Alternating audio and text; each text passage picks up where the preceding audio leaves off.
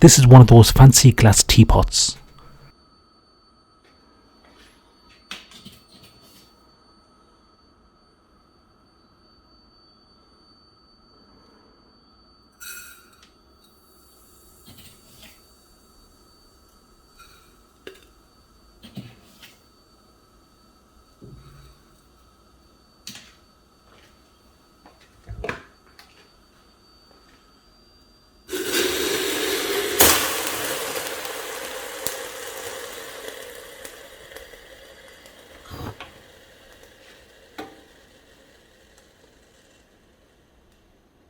I guess I might need to experiment this again. Stay safe, peace.